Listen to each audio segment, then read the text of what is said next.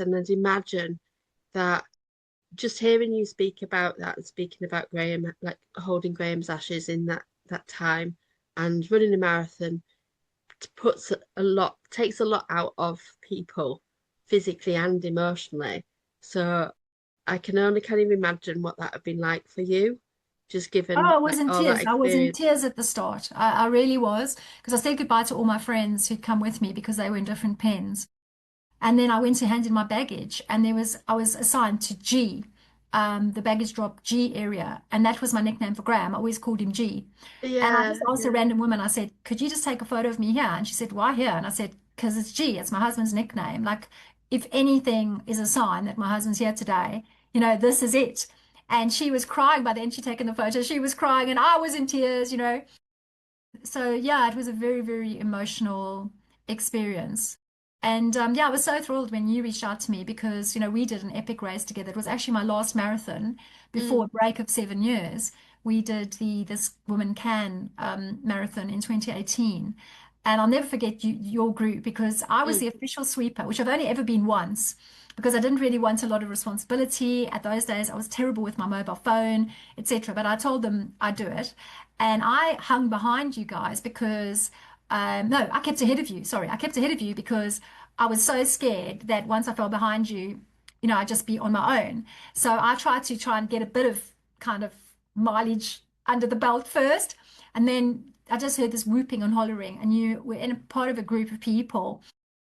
We had a blind runner. Nettie. We had Caroline who was doing her first one. Yeah. We had your friend Sheena, and your spirit Lee. and energy. And you were, of course, almost clicking your heels and doing cartwheels and leapfrogging along the course. And so I Oh, was I so don't know thrilled about when you that. guys joined me. And we had such an adventure. I mean, getting Nettie, it was a very, very difficult course with many technical areas, huge steps to walk down, cliffside paths, stiles to climb over. And we just worked as a team. I'll just never forget that. We put Nettie in the middle. So, and I think I was, what I recall at one time, I had my hand on her backpack, the handle of her Yeah, backpack, so that if she was going to trip, I could stop her from falling. And she had to put so much trust in us. And her guide was Sheena, wasn't it? yeah. Yeah, and so she had her hands on Sheena's shoulders. And sometimes Sheena would just say, "Take a deep step down." And the step was like half a meter high. And Nettie would just do it. And I just thought I would be terrified. So she was just an absolute inspiration. We had so much fun. We had so many laughs. So of course Mm. I could never forget you after that experience. Yeah, and I think there's something really special about and interesting about kind of I've been at the back of the pack many times running, and I've had times when I've had a car behind me going, hurry up, sort of thing, or you've had someone Oh, behind you. And sometimes it's motivated me to run more, but other times it's just hasn't because there's maybe been a perception that the reason why you're at the back is because you're just not motivated enough to go faster. It's like, no, this is my pace. This is where I'm absolutely. at.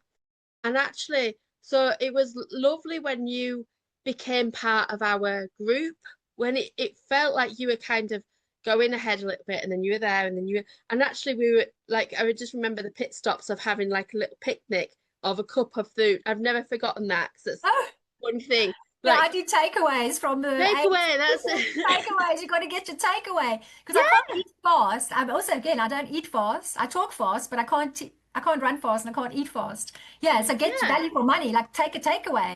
Yeah, I So, didn't know I so taught you that. That's hilarious. yeah, you taught me that, and then that was definitely something that we can remember and like working through. It was it's interesting when you don't really know how it's going to be, and we're just gonna keep going regardless. And like all of those experiences of meeting you at races or talking with other people at races who have this expectation of we're just going to keep going regardless. And if physically we have to stop, we have to stop. If our mindset says stop, no, we're going to keep going. And that's the Absolutely. thing that actually emotionally, there's things that you're like, I can't do this any longer. It can feel like so hard and almost impossible, but then something inside keeps you going, sort of thing. But that's a Yeah. metaphor for life as well.